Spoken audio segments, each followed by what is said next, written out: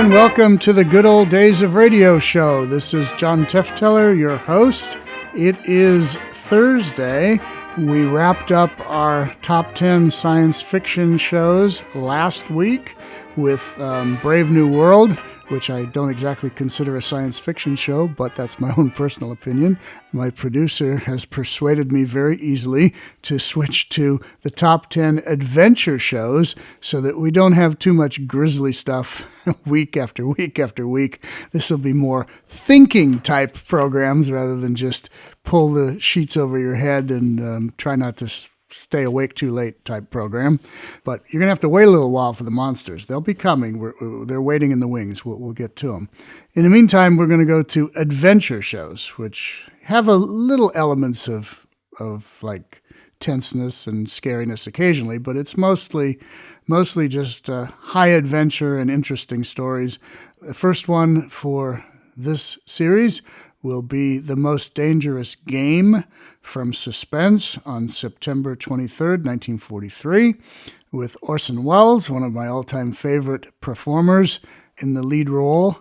Or as far as I'm concerned, Orson Welles can read the phone book, and it's interesting to listen to. He can also read wine commercials completely drunk and get really carried away, but we'll let you hear those on some other show from some other host. They're out there. Go check them out. Also on the show with Orson today is Keenan Wynn. Keenan Wynn was Ed Wynn's son. Now, most of you are going to scratch your head and say, who in the world was Ed Wynn? Ed Wynn was a big radio comedian in the early 30s. They called him the Fire Chief, and he had a very popular program in the early to mid-30s. And then he made some movies and kind of faded away, although you do see him in Mary Poppins dancing around with Dick Van Dyke and that stuff. But anyway, his son Keenan Wynn became a pretty prolific radio performer starting right around this time. This is probably one of his early performances. Keenan Wynn did a lot of radio in the, say, mid to late 40s. And then also something that I wasn't aware of because I don't watch everything in the world that's out there, but he also appeared apparently in a whole bunch of Disney films in the 60s and 70s.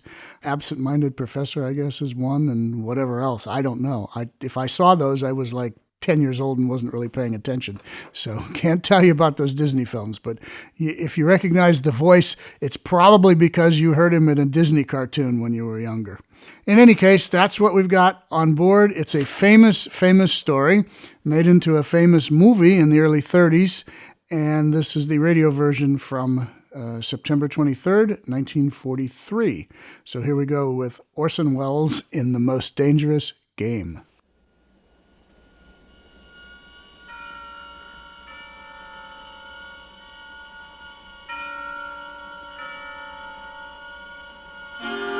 Suspense.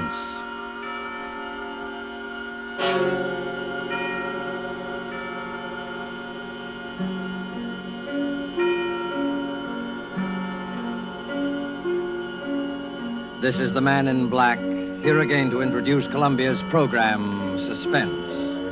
From Hollywood, we bring you as star, Mr. Orson Welles, who this evening begins a 4-week engagement as guest of these proceedings. In the interest of prime suspense, Mr. Welles and the producer of this series have scheduled 4 radio stories which they feel are particularly distinguished in our chosen field. The first of these is The Most Dangerous Game by Richard Connell. And so with the performance of Orson Welles in the character of General Zaroff and Keenan Wynn as Sanger Rainsford, who learned from Zaroff what was the most dangerous game, we again hope to keep you in suspense.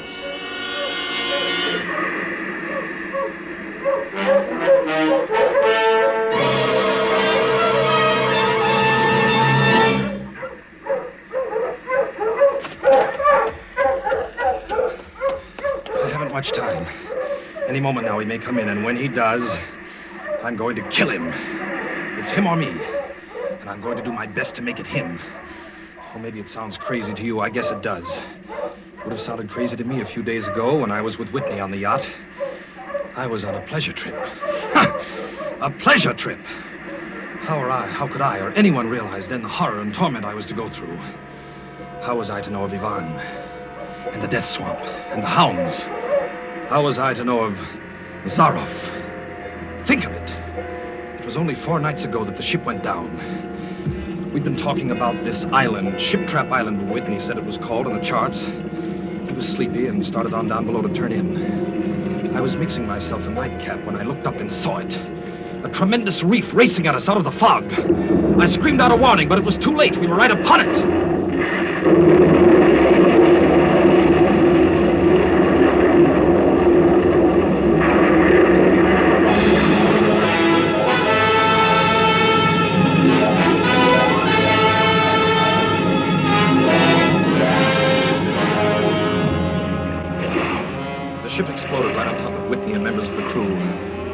I alone was standing safe out on the prow, but the force of the explosion hurled me into the blood-warm waters. Terrified at the suddenness and surprise, my stomach weak and sick at the thought of the others.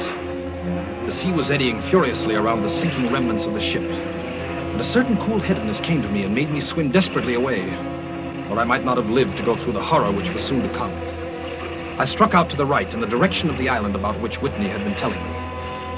I had no recollection of how long I swam, but all at once I heard the muttering and growling of the sea breaking on the rocky shore. With my remaining strength, I dragged myself from the swirling waters. All in, gasping, my hands raw, I at last reached a flat place at the top. I flung myself down at the jungle edge and tumbled headlong into the deepest sleep of my life. When I awoke, I was in a strange place, having no idea how I had got there.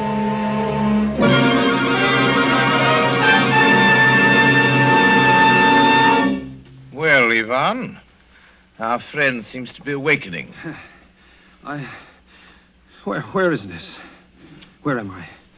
Do not be alarmed, my friend. My man Ivan found you out on the cliff. He brought you here to be taken care of. Oh. Well, thank God there's life on this island. I hardly believed. Few people do. Yes, you are quite safe here in my castle, Mr. Rainsford. Yes. Rainsford. I'm Sanger Rainsford of New York. Rainsford? Sanger Rainsford? Yes. Well, it is indeed a very great pleasure and honor to welcome you, Mr. Sanger Rainsford. You're the celebrated hunter, are you not? Yes. You know me? By reputation only. I've read your book about hunting snow leopards in Tibet, you see. My name is General Zaroff. I am not English, Mr. Rainsford, but I went to a good school. Perhaps you recognize the colors of my tie. No, it makes no difference. I've lived too long in the jungle to be a snob. Well, Well, I can't tell you how happy I am to meet you, General. and I can't tell you how happy I am to meet you, Mr. Rainsford. But come, we shouldn't be chatting here. We can talk later. You must be hungry. Yes, I am rather. What? Ivan thought you'd like a robe. He's drying your clothes for you. Oh, thank you. Ivan is an incredibly strong fellow, but you mustn't mind his looks. His ears were cut off in battle, and he has the misfortune to be deaf and dumb. He is sensitive about his appearance. A simple fellow, really, but I'm afraid a bit savage. Oh? He's been in our family for years. Follow Ivan, if you please, Mr. Rainsford. I was about to have my luncheon just before you awoke. You can have it together now. Does the robe fit you all right? Oh, yes, perfectly, thanks. I'm so glad. You have quite a collection of heads here. Lions, tigers, elephants, moose, bears.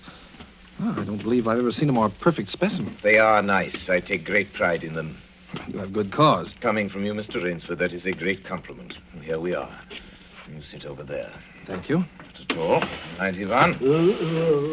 We do our best to preserve the amenities of civilization here. Please forgive my any lapses. Of course. Yes. Well off the beaten track, you know. Shoo-shoo. Shoo-shoo. Shoo-shoo. This is my little pet, Mr. Rainsford. As a hunting falcon, Shoo-shoo is of no further usefulness in the field. But I'm fond of its company. Am I not, little sweetheart? Patience, my darling. I know you're hungry, my dear. We hunt tonight.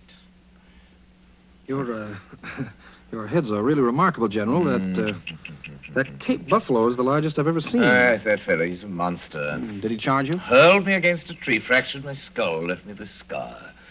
And I got the brute. I've always thought the Cape buffalo is the most dangerous of all game. No, you're wrong. Wrong, sir. The Cape buffalo is not the most dangerous game. Ivan, the wine. How does he understand you? He reads my lips. Think you like this champagne, Mr. Rainsford? Ivan chills it expertly. No, the Cape buffalo is not the most dangerous game. Here in my preserve on this island, I hunt more dangerous game. Oh, is there big game on this island? The biggest. Really? Oh, it isn't here naturally, of course. I have to stock the island. What have you imported, General? Jaguars? Jaguars. I hope you like filet mignon, Mr. Rainsford. I do very much, thank you. Is it Jaguars, General? No. Hunting jaguars ceased to interest me some years ago. I exhausted their possibilities, you see. No thrill left in jaguars, you understand? No real danger. I live for danger, Mr. Rainsford. We will have some capital hunting, you and I. I shall be most glad to have your company. Yes, but I'll what tell you, game? you'll be amused, I know. I think you may say in all modesty that I've done a rare thing. Yes, I've invented a new sensation. May I pour you another glass of champagne, Mr. Rainsford? Thank you, General. God makes some men poets. Some he makes kings, some beggars. Me he made a hunter. My hand was made for the trigger. My father once said that. Made for the trigger. My whole life has been one prolonged hunt. I've hunted every kind of game in every land. It'd be impossible for me to tell you how many animals I've killed. Grizzlies in your Rockies, crocodiles in the Ganges, rhinoceroses in East Africa. This is in Africa, by the way. That Cape buffalo hit me and laid me up for 6 months. As soon as I recovered, I started for the Amazon to hunt jaguars, for I'd heard they were unusually cunning. They weren't. They were no match at all for a hunter with his wits about him, the high-powered rifle. I was bitterly disappointed. I was lying in my tent with a splitting headache one night. A terrible thought pushed its way into my head. Hunting was beginning to bore me. And hunting, remember, had been my life. I've heard that in America, businessmen often go to pieces when they give up the business that's been their life. Yes, that's so. I had no wish to go to pieces. I must do something. Now, mine is an analytical mind, Mr. Rainsford. Doubtless, that is why I enjoy the problems of the chase. Oh, no doubt, General. So I asked myself why the hunt no longer fascinated me. You are much younger than I am, Mr. Rainsford, and have not hunted as much, but you perhaps can guess the answer. Well, what is it? Simply this. Hunting had ceased to be what you call a sporting proposition. It had become too easy. I always got my quarry. Always. There's no greater bore than perfection. Cigarette? No, thank you. No animal had a chance with me anymore. Not a chance. That is no boast. It is a mathematical certainty. The animal had nothing but his legs and his instinct. Instinct is no match for reason. When I thought of this, it was a tragic moment for me, I can tell you. It came to me as an inspiration. What I must do. And that was? I had to invent a new animal to hunt. New animal? Oh, you're joking. Not at all. I never joke about hunting. I needed a new animal. I found one. So I bought this island, built this castle, and here I do my hunting. The island is perfect for my purposes. There are jungles with a maze of trails in them, hills, swamps. Yes, the but the terrain. animal, General Zarov. It supplies me with the most exciting hunting in the world. No other hunting compares with it, for an instant. Every day I hunt. I never grow bored now, for I have a quarry with which I can match my wits. Yes, but you still I haven't... wanted the ideal animal to hunt, so I said, what are the attributes of an ideal quarry? And the answer was, of course, it must have courage, cunning, and above all, it must be able to reason. Well, no animal. My dear fellow, there is one that can. One? But you can't mean... And why not? Well, I can't believe you're serious, General Zarov. You're just joking. Joking? I'm quite serious. Speaking about hunting. Hunting? You're speaking about murder. Oh, dear me, that unpleasant word.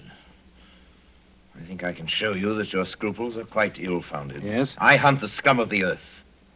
sailors from tramp ships, lascars, Japs, mongrels. A thoroughbred horse or hound is worth more than a score of them. But these are men. Precisely, that is why I use them. It gives me pleasure. They can reason after a fashion, so they are dangerous. But where do you get them?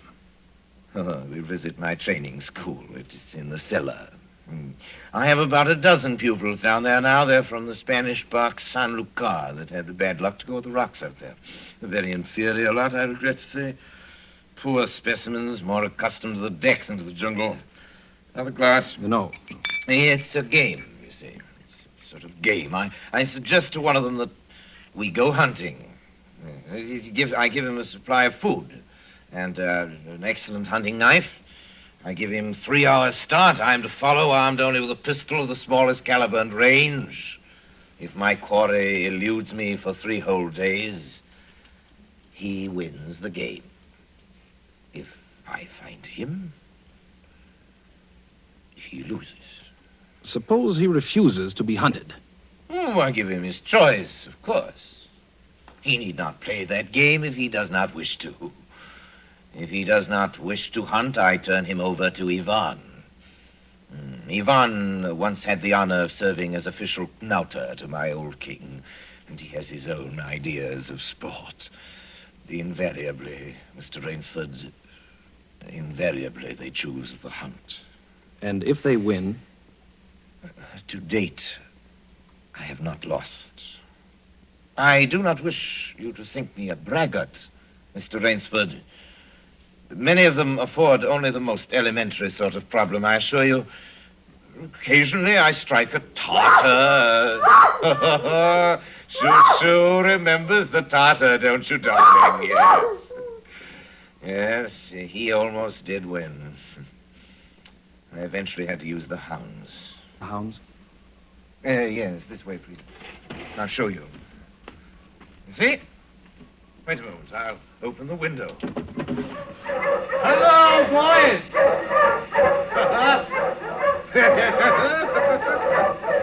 It's a rather good lot, I think.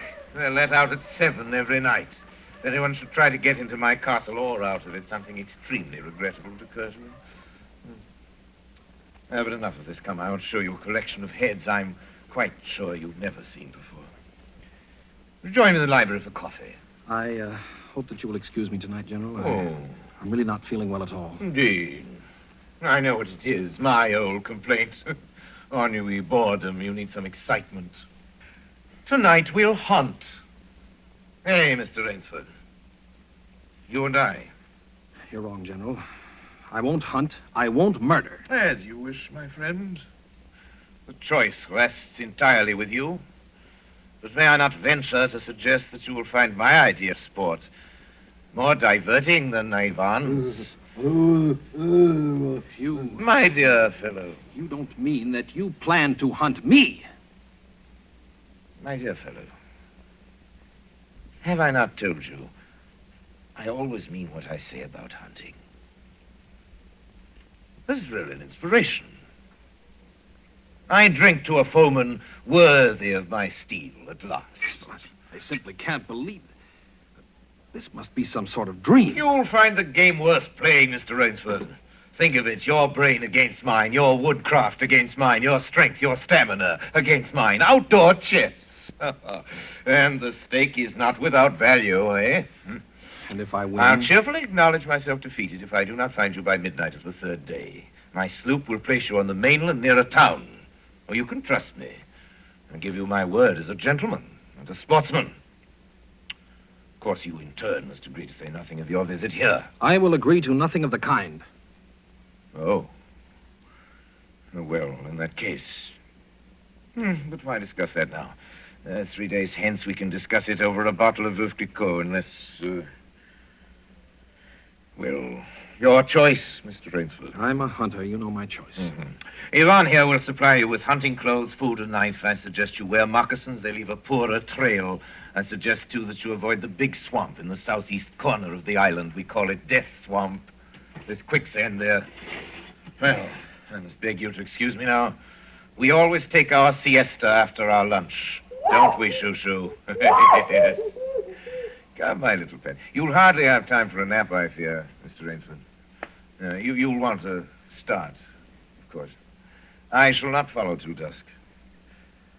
Hunting at night is so much more exciting than by day, don't you think? Well, au revoir, Mr. Rainsford. Au revoir.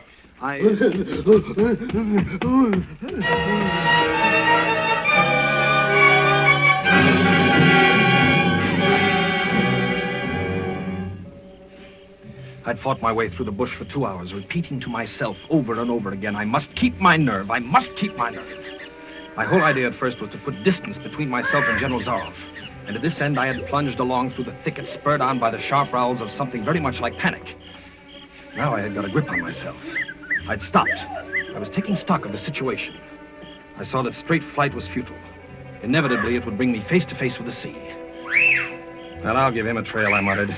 And I struck off from the rude path I had been following and into the trackless wilderness. I made a series of intricate loops. I doubled back on my trail again and again, recalling all the lore of the fox hunt, all the dodges of the fox.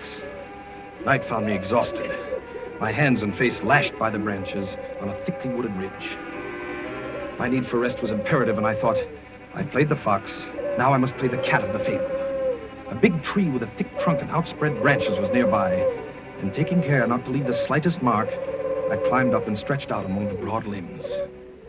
Rest brought me new confidence and almost a feeling of security. Even so expert a hunter as General Zaroff cannot trace me here, I assured myself. An apprehensive night crawled slowly by, my mind keenly alert for any sound, any warning. And towards the dawn, an instinct I never knew existed, like an animal must possess, impelled me to look far off in the distance in a westerly direction. Sure enough, following the trail with the sureness of a bloodhound came General Zaroff. Nothing escaped those searching black eyes. No crushed blade of grass, no bent twig, no mark, no matter how fine in the moss. My heart pounding furiously, I slid down quickly from the tree and struck off again into the woods. I knew I had to do something desperate. I knew that I had little time in which to do it. 300 yards from my hiding place, I stopped where a huge dead tree leaned precariously on a smaller living one. Throwing off my sack of food, I took my knife from its sheath and began to work with all my energy. The job was finished at last. And I threw myself down behind a fallen log 300 feet away. I did not have to wait long.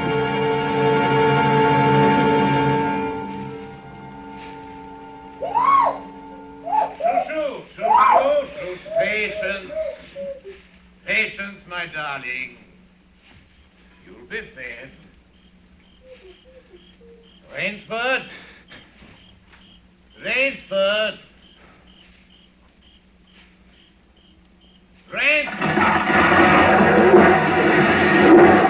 Got him. Well, Rainsford, if you are within sound of my voice, as I suppose you are, let me congratulate you. Not many men know how to make a Malay man-catcher. Luckily for me, I too have hunted in Malacca. You are proving interesting, Mr. Rainsford. Very interesting. The tree brushed my shoulders. I jumped back. I'm going to have the wound dressed. It's only slight. But I shall be back, Mr. Rainsford. I shall be back.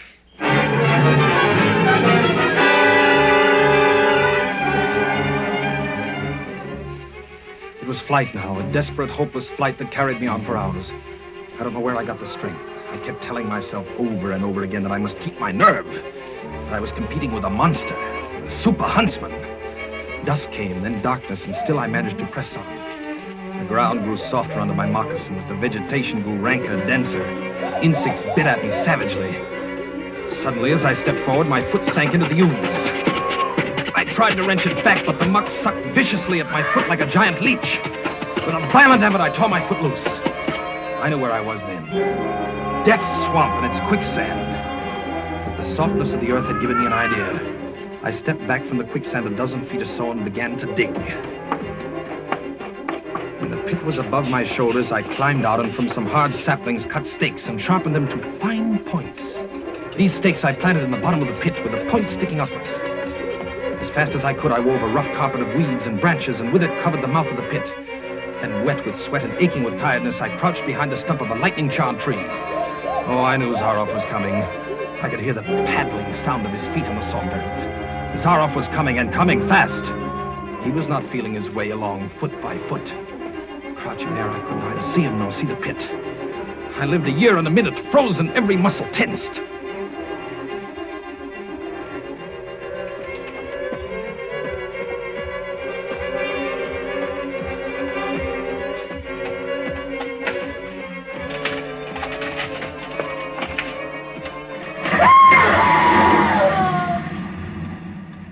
Very good, Rainsford.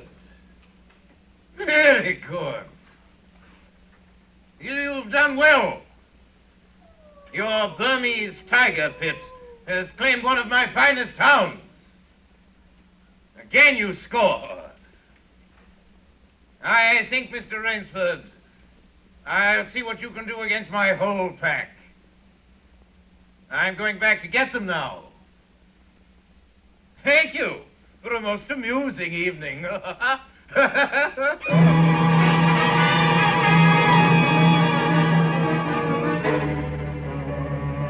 At daybreak, lying near the swamp, I was awakened by a sound that made me know I had new things to learn about fear. It was a distant sound, faint and wavering, but I knew it. It was the baying of a pack of hounds.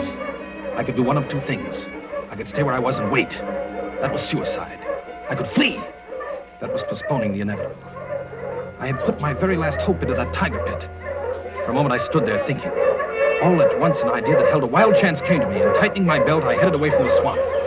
The baying of the hounds drew nearer. They would be on me any minute now. My mind worked frantically. I thought of a native trick I had learned in Uganda. I caught hold of a springy young sapling, and to it fastened my hunting knife with the blade pointing down the trail. With a bit of wild grapevine, I tied back the sapling. Then I ran for my life. Hounds raised their terrifying voices as they heard them and felt the fresh scent. I knew then how an animal at bay feels. At last I had to stop to get my breath. The baying of the hounds stopped just as suddenly. And with it my heart stopped too. They must have reached the knife. Excitedly I shinnied up a tree and looked back. My pursuers had stopped all right. But the hope that had been in my brain when I climbed died. For in the shallow valley I saw that General Zaroff was still on his feet. But Ivan was not. Apparently he had come along to hold the hounds. The knife, driven by the recoil of the springing tree, had splintered through his chest. I'd hardly tumbled to the ground when the pack took up the cry again. Nerve, nerve, nerve, nerve, I panted as I dashed along. A blue gap showed between the trees dead ahead.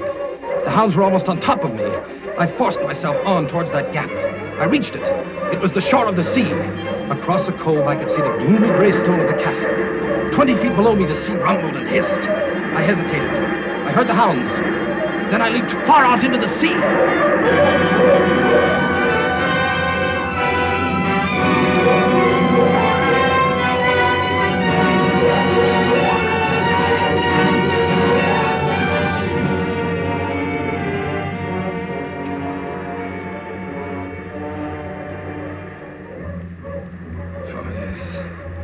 The sea was good to me, and I'm here safe in the General's bedroom waiting for him.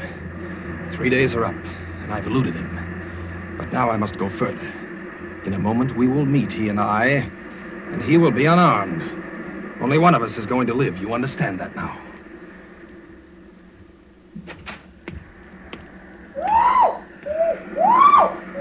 Quiet, Shushu. Shushu! You must be patient, dear. You must forgive me. You're hungry, I know. Shushu. Rainsford. General. Rainsford. How on earth did you get here? Swam. I found it easier and quicker than walking through the jungle. I congratulate you. Extraordinary. You've won the game. Oh, no, General. I'm still a beast at bay, here. Get ready, General Zaroff. Swords? Yes, 2 of them. I see. Oh, very good. Very good, Rainsford. One of us, then, is to furnish a repast for the hounds. The other will sleep in this very excellent bed. Excellent. On guard, Rainsford.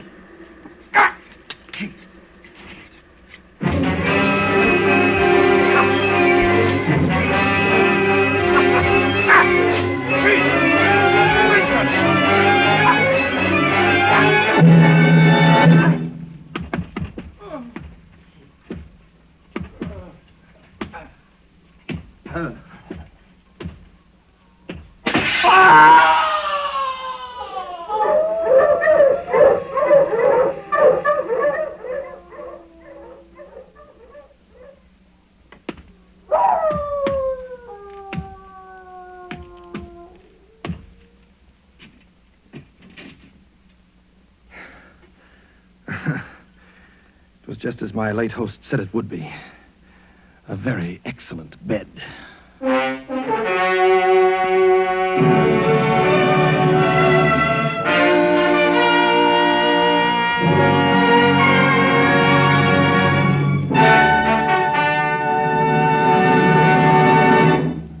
And so closes The Most Dangerous Game by Richard Connell, starring Orson Welles. Tonight's tale of suspense. Mr. Wells was General Zaroff, and Keenan Wynn, Rainsford. This is your narrator, the man in black, who conveys to you Columbia's invitation to spend this half hour in suspense next week, same time, when Orson Welles will again be our star in Sir Arthur Conan Doyle's story, The Lost Special. The producer of Suspense is William Spear, who tonight also directed the broadcast, and who, with Bernard Herrmann, the conductor, Lucian Morawick, who composed the original score, and Private Jacques Anson Fink, the radio author, collaborated on tonight's Suspense.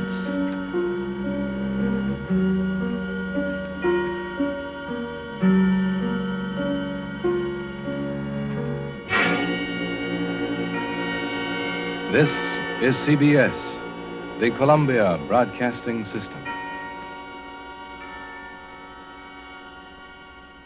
He fed him to the hounds. Didn't know hounds ate humans, but my beagle doesn't eat humans. But I guess back then it made for a good story that the hounds got to consume him at the very end. Very well written show, and of course Orson Welles in another great role. Okay, that'll do it for the Good Old Days of Radio show. We are starting the top 10 adventure shows of all time with this one, The Most Dangerous Game.